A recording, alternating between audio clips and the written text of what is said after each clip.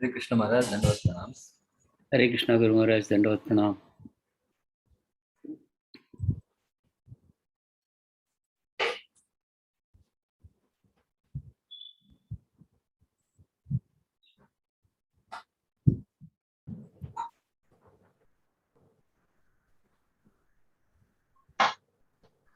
Om Namo Bhagavate Vasudevaya. Om Namo Bhagavate Vasudevaya. Om Namo Bhagavate Vasudevaya. Om Namo Bhagavate Vasudevaya. Om Namo Bhagavate Vasudevaya. Om Namo Bhagavate Vasudevaya. Namo Vishnupadaya Krishna Prasthaya Bhutale Shrimate Bhaktivedanta Swami Nityanamane Namaste Saraswati Devi Gauravani Prachadane Navashesha Shunyavari Paschatadesha Tadane Shri Krishna Chaitanya Prabhu Nityananda Sri Advaita Gadadhar Shivasni Gaur Bhaktivinoda Hare Krishna Krishna Krishna Hare Hare Hare Rama Rama.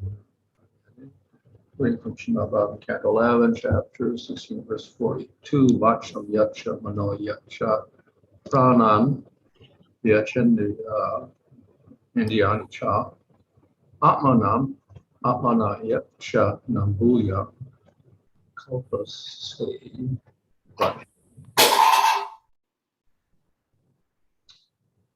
Translation, therefore, control your speaking, subdue the mind, conquer the life fair, regulate the senses, and through purified intelligence, bring your rational faculties under control. In this way, you will never again fall onto the path of material existence. Purport, one should see all things as expansions of the Supreme Lord's potency, and thus with speech, mind, and words, one should offer respect to all things without minimizing any living entity or material object. Since everything belongs to the Lord, everything ultimately should be engaged in the Lord's service with great care. A self-realized devotee tolerates personal insult and does not become envious of any living entity, nor does he see anyone as his enemy. This is practical enlightenment, although a pure devotee may criticize those who obstruct the Lord's mission. Such criticism is never personally motivated, nor is it ever based on enviousness. An advanced devotee of the Lord may chastise his followers or criticize the demoniac, but only to carry out the mission of the Supreme Lord and never out of personal enmity or enviousness. For one who completely gives up the material concept of life, there is no possibility of entering again onto the path of birth and death.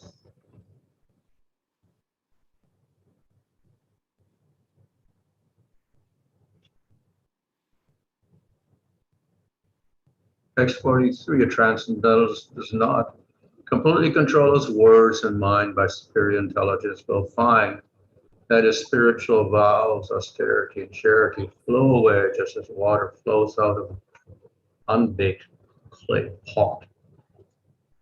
Purport, when a clay pot is properly baked, it holds any liquid substance without leakage. If a clay pot is not properly baked, however, water or any other liquid within it will seep out and be lost. Similarly, a transcendentalist who does not control his speech and mind will find that his spiritual discipline and austerity gradually seep away and are lost. Dana or charity refers to work performed for the welfare of others. Those who are trying to give the highest charity by preaching Krishna consciousness should not engage in speaking cleverly for the satisfaction of beautiful women, nor should they attempt to become artificially intellectual simply for the sake of mundane academic prestige.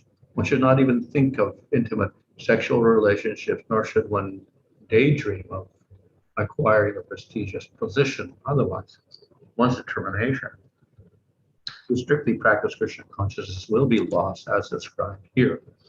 One must control the mind, senses, and speech by higher intelligence so that one's life will be successful.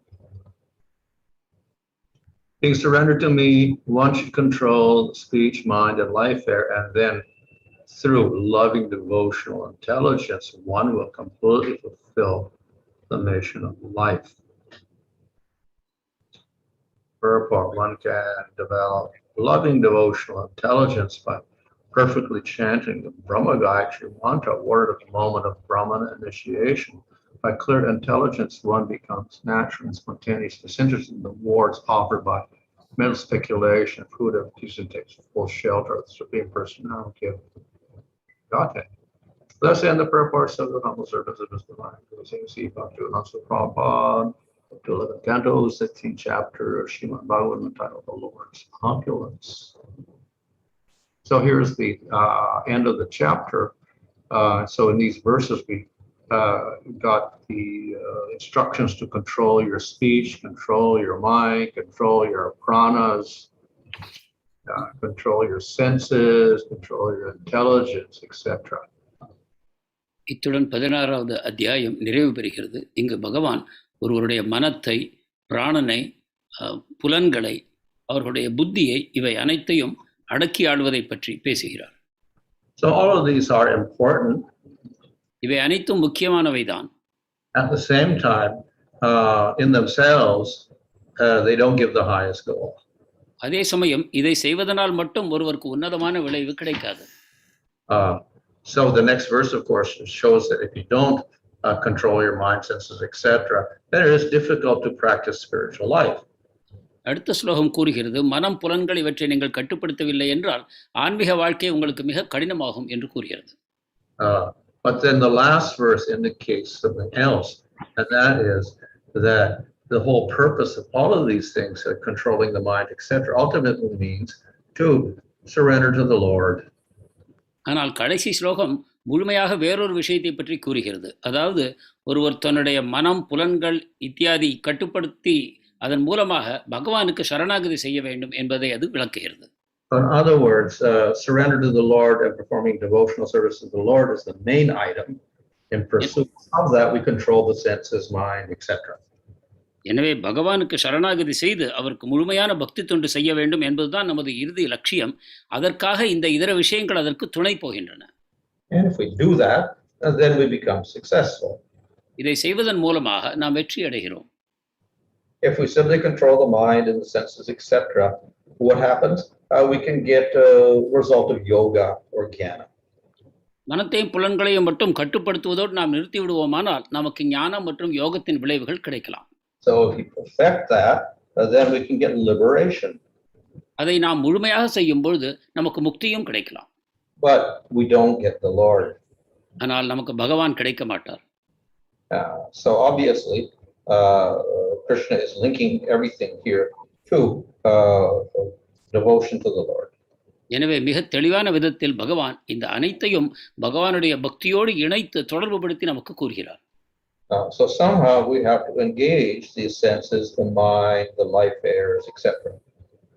ஏதோ ஒரு வகையில் நமது மனம், புலன்கள், பிராணன் இவற்றை நாம் ஈடுபடுத்த வேண்டும் செயல்பாடுகளில். So in this chapter, there is one way of doing this. இந்த அத்தியாயத்தில் இதற்கான ஒரு வழி கூறப்படுகிறது.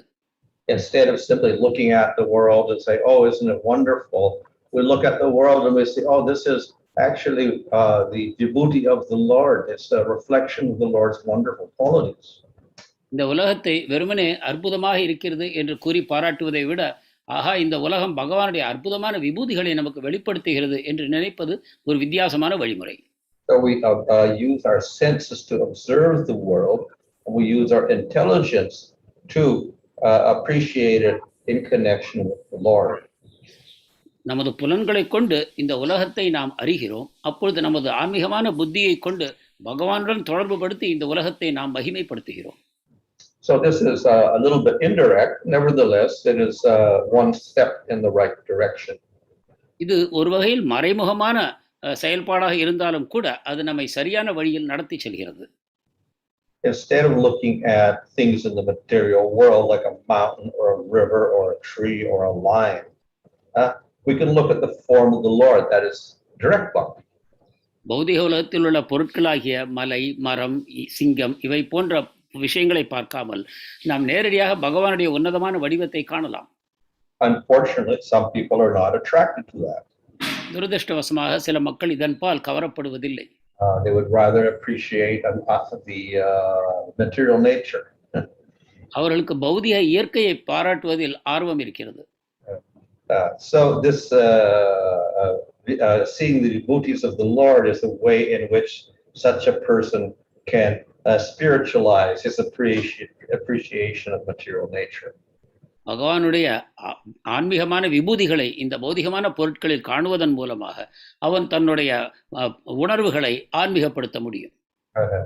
So as I mentioned previously, in second canto, there Vishnu Chakravarti explains that this type of vision of the devotees in the universal form are for unadvanced yogis. இரண்டாவது ஸ்கந்தத்தில் இவ்வாறு கூறப்படுகிறது. இத்தகைய பௌதிகமான விஷயங்களில் பகவானுடைய விபூதிகளை காண்பதானது ஒரு முன்னேற்றம் அடையாத யோகிகளுக்காக கூறப்பட்ட வழிமுறையாகும். But at least it gives these yogis and other persons an idea that the Lord has a form and he has quality. குறைந்தபட்சமாக யோகிகளுக்கும் இதர பக்தர் அல்லாதவர்களுக்கும் பகவானுக்கு ஏராளமான விபூதிகளும் குணங்களும் இருக்கின்றன என்பதை அவர்களுக்கு தெரியப்படுத்துகிறது. So the direct definition of sadhana bhakti is pritisadya, mentioned in Nectar Devotion. Sadhana பக்தியின் நேரடியான விளக்கம் என்னவென்றால் கிருதி சாத்யா என்று பக்தி ரசாமிரத சிந்து கூறுகிறது. So the word kriti there means senses. அங்கு கிருதி என்பது புலன்களை குறிக்கிறது. So we engage the senses and the mind to attain a realization of the Lord. புலன்களையும் மனத்தையும் பயன்படுத்தி நாம் பகவானுடைய புரிதலை உண்டாக்கிக் கொள்கிறோம். So therefore we engage the eye in seeing the deity form of the Lord. இவ்வாறு நமது கண்களை கொண்டு பகவானுடைய விக்கிரக வடிவத்தை காண்கிறோம். We engage the voice in doing kirtan. நமது குரலை கொண்டு கீர்த்தனம் செய்கிறோம். We engage the mind in remembering the Lord. மனத்தின் மூலமாக பகவானை நினைவு கொள்கிறோம். We engage the intelligence to logically conclude about the Lord.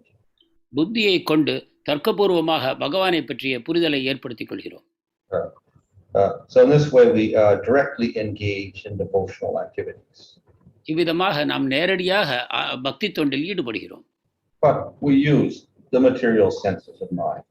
ஆனால் நாம் பயன்படுத்துவதோ பௌதிகமான புலன்களையும் மனத்தையும் தான். So we can also do that a little more indirectly with the vibhutis in the universal form. இதை சிறிது மறைமுகமாக செய்வது எப்படி என்றால் பகவானுடைய விஸ்வரூபத்தின் மூலமாக அவருடைய விபூதிகளை காண்பது. So these are not really bhakti, but they're a step towards bhakti. இது உண்மையில் பக்தி அல்ல, ஆனால் பக்தியை நோக்கிய ஒரு படியாகும். So just as karma yoga, if it is offered to the Lord, is a step towards bhakti yoga. எவ்வாறு கர்மயோகத்தின் மூலமாக நமது செயல்கள் பகவானுக்கு அர்ப்பணிக்கப்படுமோ அது பக்தி யோகத்தை நோக்கி ஒரு படியாக அமைகிறது. So in this whole chapter was produced as an inquiry by Uddhava. இந்த அத்தியாயம் முழுவதும் உத்தவருடைய ஒரு கேள்விக்கு பதிலாக கூறப்பட்டது. So the Bhagavatam is meant for the devotees, but then also it gives some information for those who are less advanced. Bhagavatam பக்தர்களுக்காக எழுதப்பட்ட சாஸ்திரமாக இருந்த பொழுதிலும் அதிக முன்னேற்றம் அடையாதவர்களுக்கும் இதில் விஷயங்கள் கூறப்படுகின்றன. And thus, as in Bhagavad Gita, so in Bhagavatam, they give these prescriptions for meditation on the vibhutis or the universal form. பகவத்கீதையில் உள்ளதைப் போலவே பாகவதத்திலும் கூட பகவானுடைய விபூதிகளிலும் பகவானுடைய விஸ்வரூபத்திலும் தியானம் செய்வதற்கான வழிமுறைகள் கூறப்படுகின்றன. So in direct bhakti, there is an advantage. மறைமுகமான பக்தியில் சில பயன் இருக்கின்றன. And that is that we directly conceive of the form of the Lord, the real form of the Lord. ஒரு திருத்தம். பகவானுடைய நேரடியான வழிபாட்டில் இருக்கக்கூடிய நன்மை என்னவென்றால், பகவானுடைய உன்னதமான வடிவத்தில் நாம் கவனம் செலுத்துகிறோம். We don't try to appreciate some quality by appreciating material nature. நாம் அங்கு பகவானுடைய குணங்களை பௌதீக உலகத்தில் உள்ள குணங்களின் மூலமாக பாராட்ட முற்படுவதில்லை. But to appreciate the actual form and qualities of the Lord requires some qualification. ஆனால் பகவானுடைய உன்னதமான குணங்களை உள்ளது உள்ளபடியே பாராட்டுவதற்கு சில தகுதிகள் தேவைப்படுகின்றன. So a jiva that has developed faith, then they will be attracted to the form and qualities of the Lord. எந்த ஜீவாத்மாவிடம் தூய்மை இருக்கிறதோ அது பகவானுடைய உன்னதமான குணங்களின் மூலமாக குணத்திற்கும் வடிவத்திற்கும் ஈடுபாடு உண்டாகிறது. Person who doesn't have faith will not be attracted. நம்பிக்கை இல்லாத ஜீவாத்மா அதன் பால் கவரப்படுவதில்லை. So for people that don't have that faith, then these other methods are given. நம்பிக்கையற்ற மக்களுக்காக இந்த இதர வழிமுறைகள் தரப்படுகின்றன. So this is a step above impersonalism. இது அருவவாதத்தை விட ஒரு உயர்ந்த படியாகும். Impersonalism is a step above material world because it is not in the material world. The liberation is not in the material world. அருவவாதம் பௌதிகமான உணர்வை விட ஒரு உயர்ந்த படியாகும். ஏனென்றால் அது பௌதிக உலகத்தை சேராதது, பௌதிக உலகத்திற்கு மேற்பட்ட ஒரு நிலையாகும். But by accepting qualities and form as in devotees and universal form, we're a step above the impersonal. ஆனால் பகவானுடைய விபூதிகளையும் அவருடைய அந்த பகவானுடைய குணங்கள் இந்த பௌதிக இயற்கையில் அமைந்திருப்பதையும் நாம் பாராட்டும் பொழுது நாம் அருவவாதத்திற்கும் ஒரு படி மேலே கடந்து செல்கிறோம். So that is the advantage of these types of meditation. At least they don't put us into the impersonal mode. இதுதான் இத்தகைய தியானத்தின் விசேஷமான மகிமையாகும். இது நம்மை அருவவாதத்திலிருந்து ஒரு படி உயர்த்தி விடுகிறது. Nevertheless, we should not get stuck on these on the universal form and not progress beyond that. ஆனாலும் கூட நாம் அவர் பகவானுடைய விஸ்வரூபத்திலேயே நமது மனத்தை ஆழ்த்தி அதற்கு மேல் முன்னேறாமல் நின்று விடக்கூடாது. We should advance to recognizing the real form of the Lord. நாம் அதை கடந்து முன்னேறி பகவானுடைய உண்மையான வடிவத்தை புரிந்து கொள்ள முயற்சி செய்ய வேண்டும். For that purpose we have the deities. அதற்காக நமக்கு விக்கிரகங்கள் தரப்பட்டிருக்கின்றன. So this gives us an idea of the form of the Lord. இது நமக்கு பகவானுடைய வடிவத்தை பற்றிய ஒரு புரிதலை உண்டாக்குகிறது. And for those who have faith, they will accept this. நம்பிக்கை உள்ளவர்கள் இதை ஏற்பார்கள்.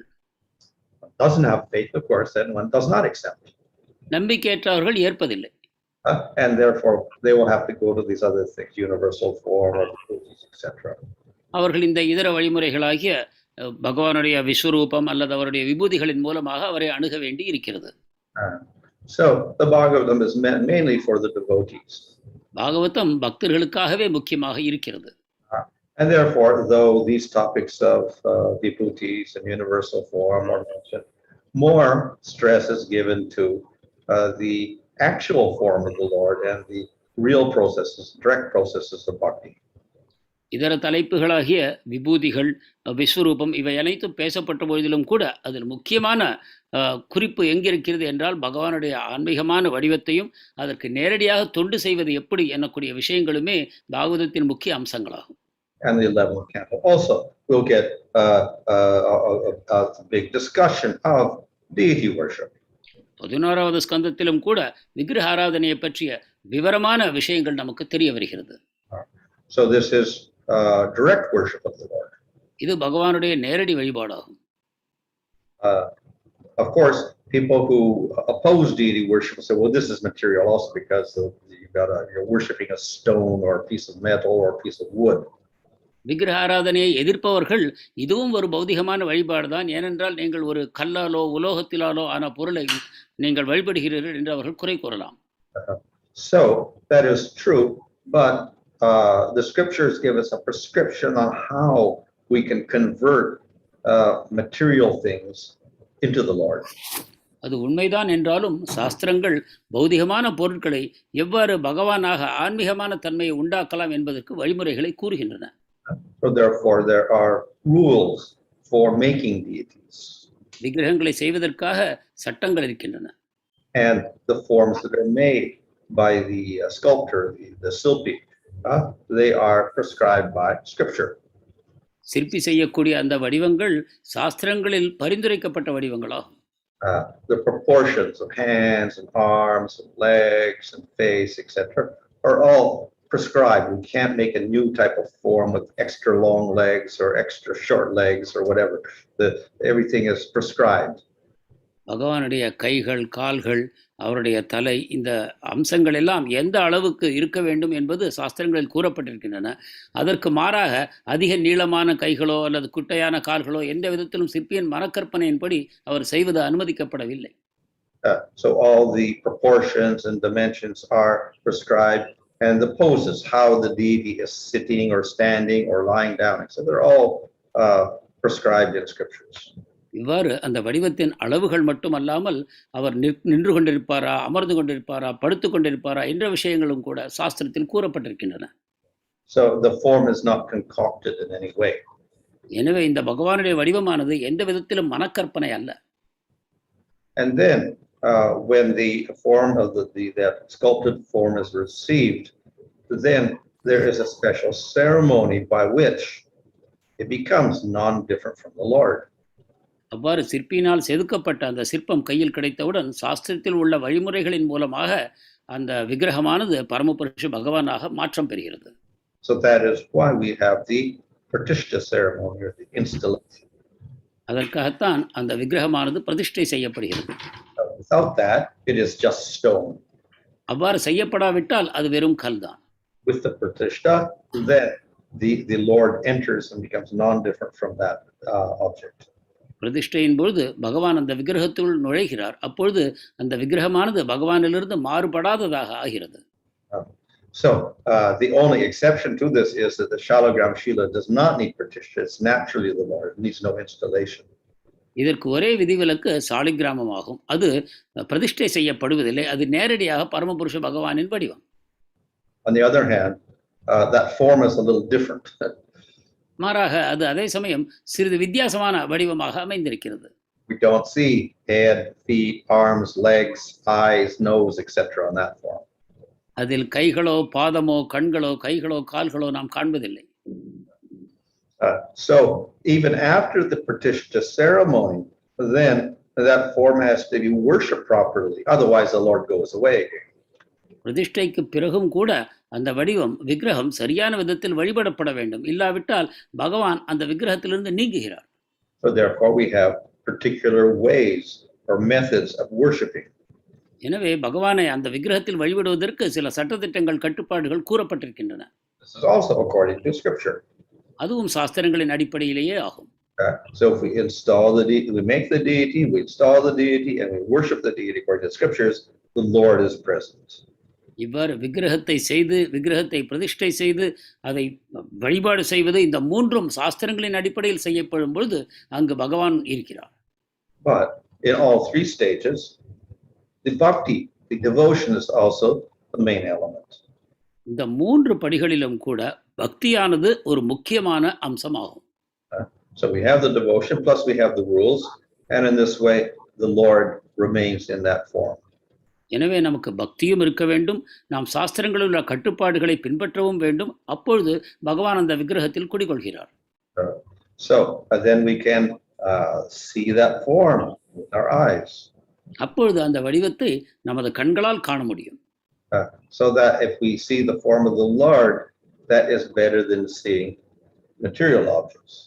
அந்த பகவானுடைய விக்கிரக வடிவத்தை காண்பதானது பௌதிக பொருட்களை காண்பதை விட ஒரு உன்னதமான நிலைமையாகும். So by seeing the Lord and serving the Lord, we control our senses. பகவானை கண்டும் சேவை செய்தும் நாம் நம் புலன்களை கட்டுப்படுத்துகிறோம். So therefore deity service is a way in which we can control the senses and the mind, etc. எனவே விக்கிரக சேவையின் மூலமாக நமது மனத்தையும் புலன்களையும் நாம் அடக்குகிறோம். So this is the method of the devotees for controlling the mind, the senses, the prāṇas, etc. இந்த வழிமுறையைத்தான் பக்தர்கள் பயன்படுத்தி தங்களுடைய மனம், புலன்கள், பிராணன் இவற்றை அடக்குகிறார்கள். Of course, people will say, well, I don't have the time and the energy or the expertise to worship deities. சிலர் கூறுவார்கள், எனக்கு நேரம் இல்லை, சக்தி இல்லை, எனக்கு அதற்கான சாமர்த்தியம் இல்லை, திறமைகள் இல்லை என்று விக்கிரக ஆராதனையை தவிர்ப்பார்கள். So therefore the Lord gives an alternative for Kali Yuga. எனவே பகவான் கலியுகத்திற்காக வேறு ஒரு வழிமுறையை தருகிறார். And that is simply to Nam Sankirtan. அதுதான் நாம சங்கீர்த்தனையை மட்டும் செய்வதாகும். And one will get the same result. அதே விளைவுகள் நமக்கு கிடைக்கும். So the Lord provides us different ways in which we can realize Him. இவ்வாறு பகவான் பல்வேறு வழிமுறைகளின் மூலமாக தன்னை அறிவதற்கு வழிவகுக்கிறார். So we should follow the scriptures, and in this way we can actually realize and serve the Lord. இவ்வாறு நாம் சாஸ்திரங்களை பின்பற்றி பகவானை புரிந்து கொண்டு அவருக்கு சேவையும் செய்யலாம். Hare Krishna.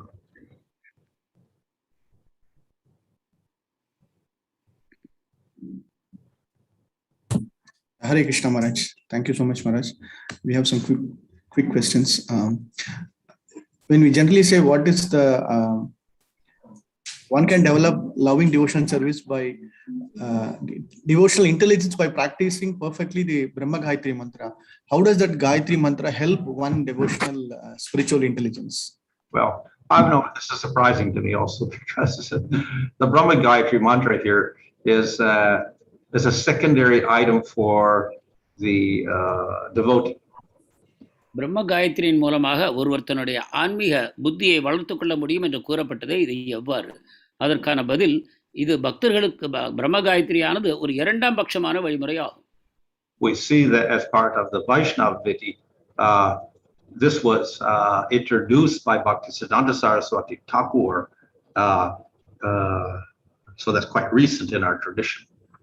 அது வைஷ்ணவ விதியின் ஒரு அங்கமாக பக்தி சித்தாந்த சரஸ்வதி தாக்கூரால் சமீப காலத்தில் உண்டாக்கப்பட்டதாகும். Of course, the Brahma Gayatri has always been there, but that's part of the Varnashrama Vidi. பிரம்ம காயத்ரி எப்பொழுதும் இருக்கிறது, ஆனால் அது வர்ணாசிரம விதியின் ஒரு அங்கம்தான். So Bhaktisiddhanta added the Brahma Gayatri to the Vaishnava Vidi, but it remains again for a certain purpose, not particularly for Vaishnavism. அதை பக்தி சித்தாந்த சரஸ்வதி தாக்கூர் வைஷ்ணவ விதியின் ஒரு அங்கமாக மாற்றினார். ஆனாலும் கூட அது வைஷ்ணவ தர்மத்தின் முக்கியமான அம்சமாக அல்ல, அது வேறொரு காரணத்திற்காக தரப்பட்டிருக்கிறது. He did it to show that by being an initiated Vaishnava, we surpass all the gunas, and therefore we're qualified for whatever a Brahmana can do. அது நாம் தீட்சை பெற்ற வைஷ்ணவர் என்பதை உலகத்துக்கு காட்டுவதன் மூலமாக நாம் குணங்களை கடந்து பிராமணர்களுடைய உன்னதமான நிலையை நாம் பெற்றுவிட்டோம் என்பதை உலகத்துக்கு அறிவிப்பதற்காக அவர் செய்தார். So this came up particularly in relation to deity worship. இது முக்கியமாக விக்கிரக ஆராதனையின் தொடர்பாகவே இந்த பிரம்ம காயத்ரி தரப்பட்டது. Is a non-Brahmana Gaudiya Vaishnava qualified to worship deities? ஒரு பிராமணர் அல்லாதவர் கௌடிய வைஷ்ணவர் விக்கிரக ஆராதனைக்கு தகுதி உள்ளவரா? So the smartest said, no, you have to be a Brahmana. ஸ்மார்த்தர்கள் கூறினார்கள், இல்லை, நீங்கள் பிராமணராக இருக்க வேண்டும். The Gaudiya Vaishnavas say, no, the initiated Vaishnava is qualified, whether he's a Vaishya, Sudra, whatever, doesn't matter. He can worship the deity if he has Vaishnava Diksha. Gaudiya வைஷ்ணவர்கள் கூறினார்கள், அவ்வாறு இல்லை, ஒருவர் தீட்சை பெற்று விட்டாரானால் அவர் வைஷ்யரோ சூத்திரரோ க்ஷத்திரியரோ யாராக இருந்தாலும் விக்கிரக ஆராதனை செய்ய தகுதி பெற்றவர் என்று கூறினார். And it's not just a Gaudiya thing, it's Pancharatric. இது கௌடிய வைஷ்ணவத்தில் மட்டுமல்ல, பாஞ்சராத்திரத்திலும் உள்ள வழியாகும். However, in deference to the, let's say, the system, the culture at that time, generally the Brahmanas were the ones, even if they were Vaishnavas, they were the ones that worshiped the deities. ஆனால் அந்த காலத்தில் இருந்த கலாச்சாரத்தின்படி வழிமுறைகளின்படி விக்கிரக ஆராதனையானது பிராமணர்களால் மட்டும் செய்யப்பட்டது. இதற்கு மரியாதை கொடுக்கும் விதத்தில் பக்தி சித்தாந்த சரஸ்வதி இதை இங்கு உண்டாக்கினார். But we see in the Bhagavatam it says there that the dog eater, if he remembers the Lord, or chants the Lord's name purely, he is qualified to do the sacrifices that a Brahman can do immediately, because all of his prarabdha karmas are destroyed. ஆனால் பாகவதத்தில் நாம் காண்பது என்னவென்றால், நாயை உண்ணக்கூடிய குலத்தில் பிறந்தவரும் கூட பகவானை நினைவு கொள்வதன் மூலமாக, அவருடைய நாமத்தை உச்சரிப்பதன் மூலமாக பிராமணர்கள் செய்யக்கூடிய அந்த யஜ்ஞங்களையும் கூட செய்யக்கூடிய தகுதியை அவர் பெறுகிறார். So therefore Bhaktisiddhanta Saraswati Thakur, when he initiated people with the Krishna mantra and Gora mantra, Guru mantra, etc. Then he also gave the Brahma Gayatri and the thread to show that we're equal to Brahmins or better than Brahmins. எனவே பக்தி சித்தாந்த சரஸ்வதி தாக்கூர் தீட்சையின் பொழுது கௌர காயத்ரி, கிருஷ்ண மந்த்ரா, கௌர மந்த்ரா மற்றும் குரு மந்த்ரா தரும் அதே சமயத்தில் அவர் இந்த பிரம்ம காயத்ரியும் தந்து நமது பக்தர்கள் பகவானுடைய விக்கிரக ஆராதனை செய்வதற்கு தகுதி பெற்றவர்கள், பிராமணர்களுக்கு இணையானவர்கள் என்று உலகத்துக்கு அறிவித்தார். However, our main spiritual sadhana is chanting the name. ஆனாலும் நமது முக்கியமான ஆன்மீக சாதனையாவது பகவானுடைய புனித நாமங்களை ஜபிப்பதுதான். And then in second place, we have things like deity worship and chanting your diksha mantras. இரண்டாவது தரத்தில் பகவானுடைய விக்கிரக ஆராதனை செய்வதும் அதற்கான மந்திரங்களை கூறுவதும் ஆகும். And if we chant the Brahma Gayatri, that's sadhana only in the sense of maintaining a status in the varnashram system as a brahmana, which is nominal. It's not what we want. That's not our goal. பிரம்ம காயத்ரியின் தளமோ அதற்கும் ஒருபடி கீழாக நாம் வர்ணாசிரம தர்மத்தில் பிராமணர்களுக்கு இணையான விதத்தில் நாம் செயல்பாடு செய்கிறோம் என்பதை குறிப்பதற்காக மட்டும்தான். எனவே அது தாழ்ந்த தளத்தில் நாம் அறிந்து கொள்ள வேண்டும். Maharaj, on the same lines, there's another question where, as per, I mean, it is general, like, so does it apply for all the men and the women also, like, or does it have? Because some say, when as per Vedas, it is not allowed for women like that. So, how does we understand that part? வேதங்களின்படி பெண்கள் பிரம்ம காயத்ரியை கூறக்கூடாது என்று கூறுகிறார்கள். ஆனால் நாம் பெண்களுக்கும் அதை அனுமதிக்கிறோம். இதை விளக்க வேண்டும். So Bhaktisiddhanta Saraswati Thakur does not give threads or Brahma Gayatri mantra to women. பக்தி சித்தாந்த சரஸ்வதி தாக்கூர் பெண்களுக்கு பிரம்ம காயத்ரியும் பூணூலும் அணிவிக்கவில்லை. Actually, in order to get the Brahma Gayatri and the thread, those devotees had to undergo upanayana ceremony with the, upanayana mantras, all the fire sacrifice, etc. உண்மையில் பிரம்ம காயத்ரியும் பூணூலும் பெற வேண்டும் என்றால் ஒரு வைஷ்ணவர் கூட உபநயன சம்ஸ்காரத்தை செய்ய வேண்டும். அதற்காக உண்டான யஜ்ஞங்கள், உபநயன மந்திரங்கள் இவற்றை செய்வதும் அவசியமாகும். So by that they become a brahmachari. அதன் மூலமாக அவர்கள் பிரம்மச்சாரி ஆகிறார்கள். So he didn't give it to the women because women generally don't become brahmacharis and they don't wear threads. எனவே அவர் பெண்களுக்கு அதை தரவில்லை. ஏனென்றால் பெண்கள் பிரம்மச்சாரி ஆவதில்லை, பூணூல் அணிவதில்லை. Of course, it can be argued that in Vedic times there were women who knew the Vedas like Gargi or Maitreyi. ஆனால் நாம் வாதிக்கலாம், வேத காலங்களில் கூட வேதங்களை அறிந்த பெண்கள் இருந்தார்கள், கார்கி, மைத்ரேயை போல. So they must have studied the Vedas, so they must have got the Brahma Gayatri also. அவர்கள் வேதங்களை பயின்றார்கள் என்றால் அவர்கள் பிரம்ம காயத்ரியும் பெற்றிருக்கத்தான் வேண்டும் என்று நாம் வாதிக்கலாம். But it probably was not so common. ஆனால் அது அவ்வளவு பரவலாக இருக்கவில்லை. However, Prabhupada seemed to give the mantra to everybody for some reason. We don't know why. ஆனால் பிரபுபாதர் அனைவருக்கும் இந்த மந்திரங்களை கொடுத்தார். அவர் ஏன் செய்தார் என்று நமக்கு தெரியாது. But he didn't give him a thread. ஆனால் அவரும் பூணூலை தரவில்லை. Thank you, Maharaj. Some questions on the deity worship, like for example, in deity worship, some type of offenses to deity is committed knowingly or unknowingly in Kali Yuga, and more chances that Lord may move out. So, can we say that a pure devotee can adjust any situation and pray to the Lord to stay there in spite of offenses to the deity? நாம் விக்கிரக ஆராதனை செய்யும் பொழுது தெரிந்தோ தெரியாமலோ சில தவறுகளை செய்கிறோம். இந்த கலியுகத்தில் அது தவிர்க்க முடியாததாக ஆகிறது. எனவே ஒரு நல்ல பக்தரானவர் தன்னுடைய ஆராதனையை செய்யக்கூடிய விதத்தின் மூலமாக பகவான் அந்த விக்கிரகத்தை விட்டு நீங்க வேண்டாம் என்று அவர் அதற்கான ஏற்பாடுகளை செய்ய முடியுமா? So offenses to the deity are not considered to be so serious as offenses to the name. விக்கிரக அபராதங்கள் நாம அபராதங்களை விட தீவிரமானவையாக கருதப்படுவதில்லை. Of course, that doesn't mean that therefore we can start offending the deity. அதை கொண்டு நாம் விக்கிரகத்திற்கு அபராதங்கள் செய்யலாம் என்பதில்லை. But generally, because we have faith, any offense to the deity is probably committed unintentionally. ஆனால் நமக்கு நம்பிக்கை இருப்பதன் காரணமாக நாம் செய்யக்கூடிய அபராதங்கள் அனைத்தும் அறியாமல் செய்யக்கூடிய அபராதங்களாக அமைகின்றன. So our main sadhana, of course, is the name. So and the name is also non-different from the Lord. So an offense to the name is considered more serious.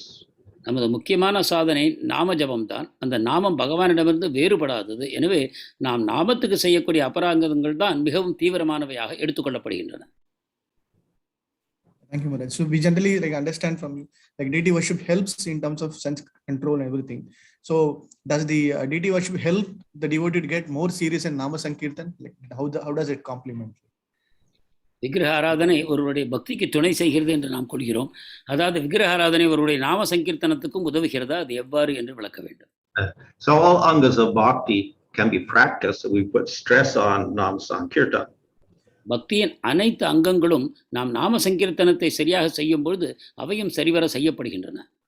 But all types of bhakti help. எல்லா வகையான பக்திகளுமே நமக்கு உதவும். So we don't exclusively do chanting without hearing, without association of devotees, without deity worship, etc. We do them all. எனவே நாம ஜபத்தை செய்யும் பொழுது நாம் பக்தர்கள் சங்கத்தையோ விக்கிரக ஆராதனையோ அல்லது கேட்பதையோ இந்த இதர பக்தியின் அங்கங்களை நாம் துறப்பதில்லை, அவற்றையும் சேர்த்தே செய்கிறோம். But in some circumstances where you can't do anything, at least chant the name of the Lord. ஆனால் சில சந்தர்ப்பங்களில் வேறு எதையும் செய்ய முடியவில்லை என்றால் கூட குறைந்தபட்சமாக பகவானுடைய நாமங்களையாவது நாம் ஜபிக்க வேண்டும். So deity worship helps because it helps us engage our different senses. விக்கிரக ஆராதனை நமக்கு உதவுகிறது எவ்வாறு என்றால் நமது அனைத்து புலன்களையும் பகவானிடம் ஈடுபடுத்த அது உதவுகிறது. So if you have trouble visualizing the Lord, then you look at the deity. பகவானை மனத்தினால் காண்பது கஷ்டமாக இருந்தால் நாம் பகவானுடைய விக்கிரகத்தை காணலாம். And you can serve the deity in different ways. You can cook for the deity, dress the deity, decorate the deity, wash the floor, the deity room, etc. We can do many things using our body as well. பகவானுக்கு பலவிதமான சேவைகளையும் நம்முடைய சரீரத்தை பயன்படுத்தி செய்யலாம். அவரை குளிப்பாட்டலாம், அவருக்கு உடைகள் அணிவிக்கலாம், அவரை அலங்காரப்படுத்தலாம், அவர் இருக்கக்கூடிய அறையை தூய்மைப்படுத்தலாம். இந்த விதமாக பலவிதங்களிலும் சரீரத்தை கொண்டு பகவானுக்கு நாம் சேவை செய்யலாம். Thank you, Maharaj. On the same lines, there is a question on where instead of having the deity, we have the photo frames placed where we don't have this prana pradishta. So being it that in a material platform, does it get converted into a spiritual part? And similarly, when we have the deity, after prana pradishta, we have this deity becomes spiritual. So how do we understand that part? விக்கிரகத்துக்கு பதிலாக சில சமயம் நாம் படங்களை பயன்படுத்துகிறோம். இந்த படங்களுக்கு பிராண பிரதிஷ்டை செய்யப்படுவதில்லை. விக்கிரகங்களில் பிராண பிரதிஷ்டையின் மூலமாக பகவானுடைய சாநித்தியம் உண்டாகிறது என்றால் இந்த படங்களை கொண்டு வழிபடும் போது எந்த நிலைமை? You can also do prana pradishta to a picture. படத்திற்கும் பிராண பிரதிஷ்டை செய்யலாம். But I don't think anybody does. நான் யாரும் செய்வதாக நான் நினைக்கவில்லை. Then you would have to start offering and doing everything for the picture as well. அப்பொழுது அந்த படத்துக்கு நீங்கள் நைவேத்தியம் செய்து அனைத்து செயல்களையும் பக்தி செயல்களையும் அந்த படத்திற்கு செய்யலாம். But in any case, a picture, though it's not installed or whatever, it gives us some idea of the form of the Lord. எப்படியாயினும் ஒரு படமானது அது பிரதிஷ்டை செய்யப்படாவிட்டாலும் கூட நமக்கு பகவானுடைய ஒரு வடிவத்தை நமக்கு அது அறிவிக்கிறது.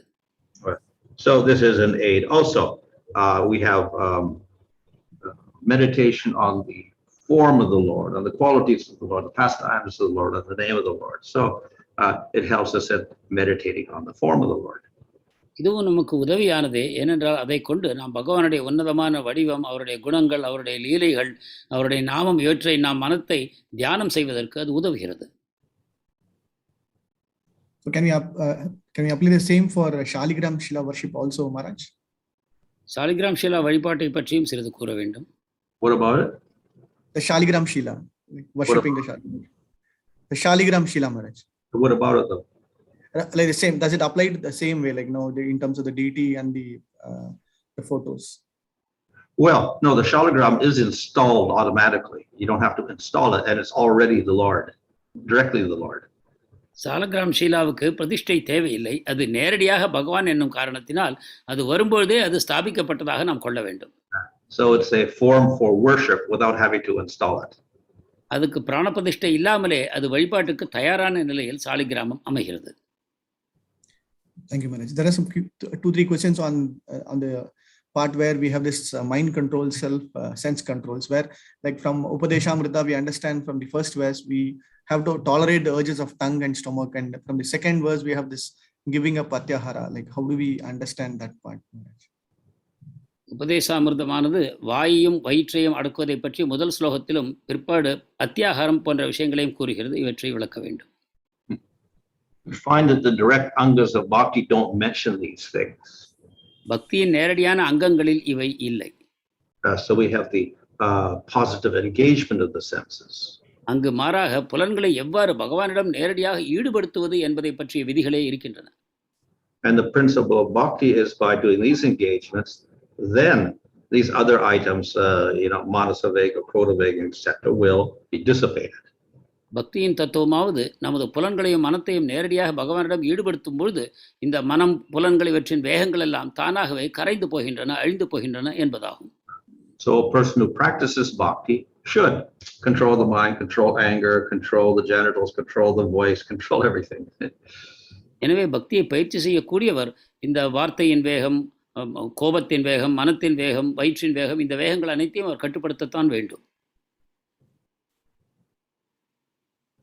Thank you, Maharaj. So similarly, like when we understand the word Rishikena, Rishikesha, Sevanam, Bhakti Ruttamam, when we engage the senses in the service of the Lord, then it is completely controlled by the Lord. If that is the statement, then how do we say that we are still independent in terms of having our own points? I didn't get that. See, in the question says like Rishikena, Rishikena Sevyam, where when we engage the senses in the service of the Lord, they are completely controlled by the Lord. If our senses are controlled by the Lord, where is the independence of the living entity? Okay. So, புலன்களை மனத்தை அனைத்தையும் பகவானிடம் நாம் ஈடுபடுத்தும் பொழுது அது பகவானால் முழுமையாக கட்டுப்படுத்தப்படுகிறது. ரிஷிகேன ரிஷிகேசு சேவனம் என்று பகவானுடைய கட்டுப்பாட்டில் அவை வருகிறது என்று கூறப்படுகிறது. அப்படி என்றால் நமக்கு சுதந்திரம் என்பது எவ்வாறு இருக்கிறது? So Rishikesha is the Lord of the senses. ரிஷிகேசா என்பதன் பொருள் புலன்களின் தலைவர், கட்டுப்பாடு செய்பவர் என்று பொருள். So he's the Lord of the senses for everybody. அவர் அனைவருடைய புலன்களுக்கும் தலைவர் ஆவார். For the materialists and the demons also. பௌதிகவாதிகளுக்கும் அசுரர்களுக்கும் கூட அவ்வாறுதான். If he doesn't control their senses, he lets them enjoy material nature. அவர்களது புலன்களை கட்டுப்படுத்தாத பொழுது அவர்களை பௌதிக இயற்கையில் உள்ள அம்சங்களை அனுபவிக்க சுதந்திரம் தருகிறார். So when we say Lord of the senses, it doesn't mean that he's making you do everything. So therefore, he makes you commit sinful activities. He makes you kill a brahmana or a devotee as a demon, like kamsa, etc. He's not making your senses do that.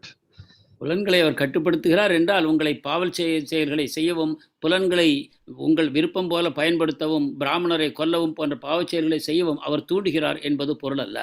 But the Lord does give through the devatas power to see, power to walk, power for the hands to grab objects, etc.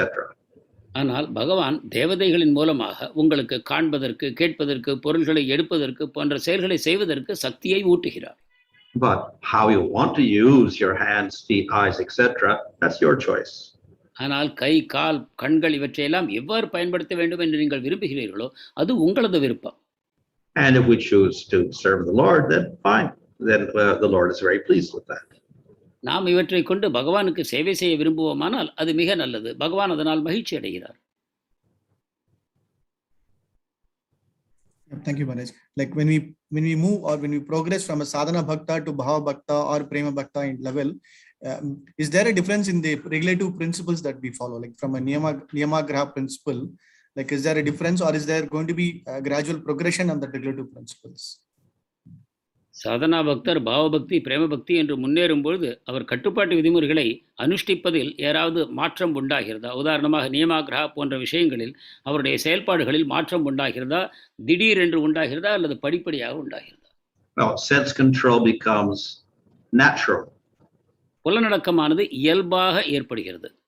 Because the more you advance, the more your senses, mind, and the hands and feet, everything is in service of the Lord. நீங்கள் அதிகமாக முன்னேறும் பொழுது உங்களுடைய கண்கள், காதுகள் போன்ற புலன்கள், கைகள், கால்கள் அனைத்துமே பகவானுடைய சேவையில் ஈடுபடுகின்றன. So there's no possibility of using it for sense gratification and sinful activities. அப்பொழுது அவற்றை பாவச் செயல்களிலும் புலனுகர்ச்சி செயல்களிலும் ஈடுபடுத்துவதற்கான வாய்ப்பு குறைந்து போகிறது.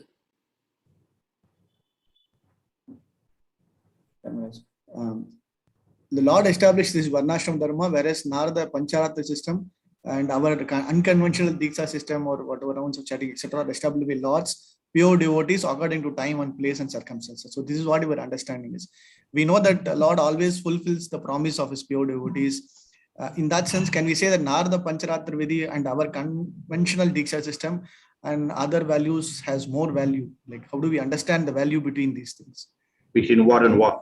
between the Narada Pancharatra Vidhi and the way like Prabhupada and His Holiness Bhaktisiddhanta Saraswati brought in some other additional values. Like instead of following the very strict Narada Pancharatra Vidhi, there are ways where we have brought down from Bhaktisiddhanta Saraswati Thakur and Prabhupada also. There are some additional, we can say additional. So how do we understand that values?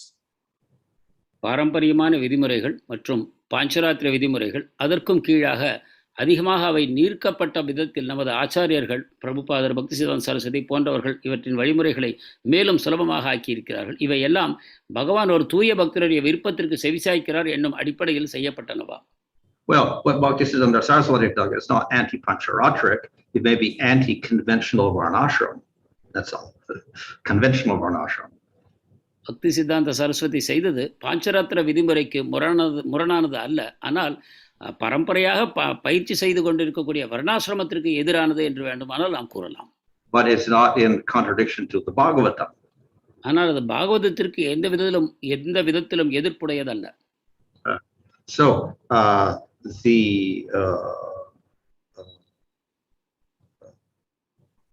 contradictory elements that we will see are, you can say, the normal smart understanding of varnashram.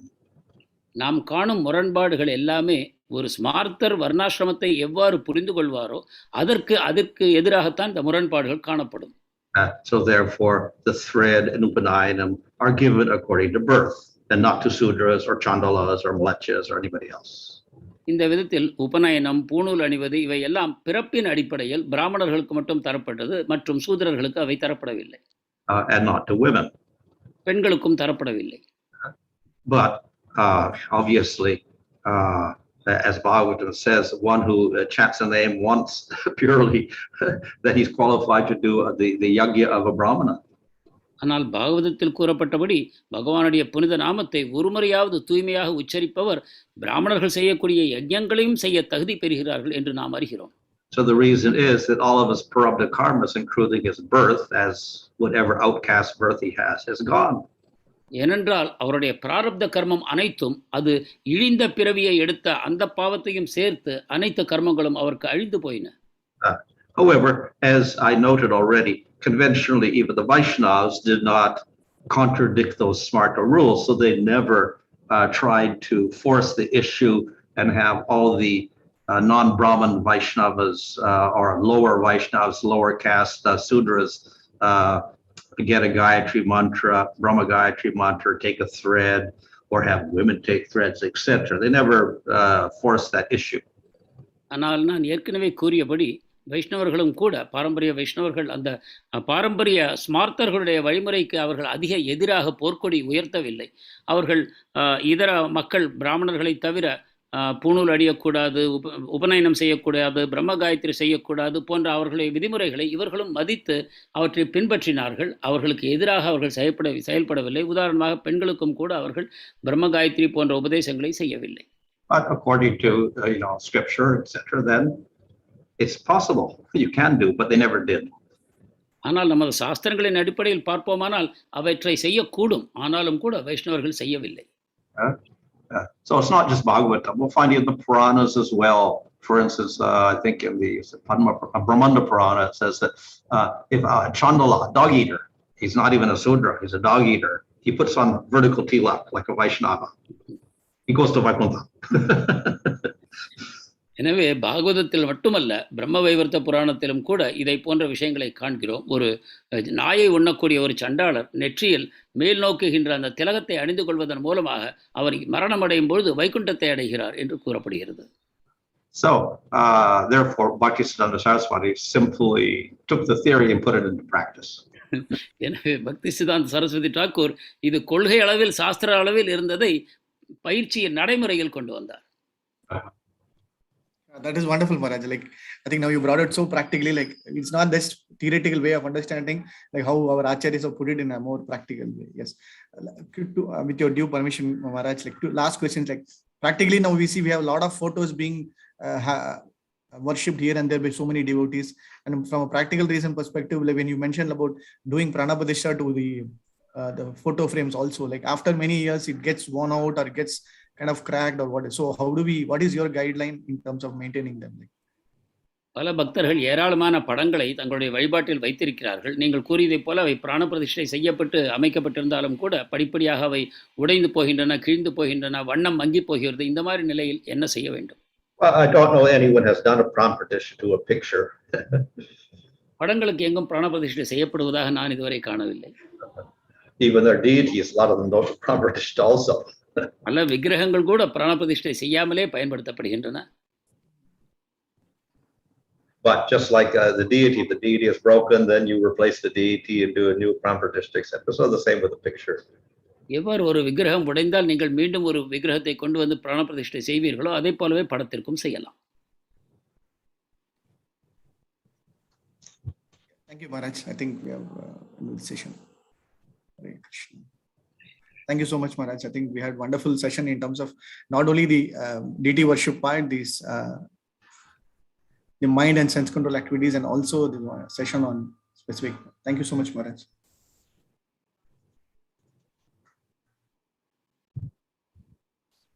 Hare Krishna, Prabhu. Would you like to make the announcements or should I? Yes, Prabhu. Today's evening session, one second, I'll just get the name.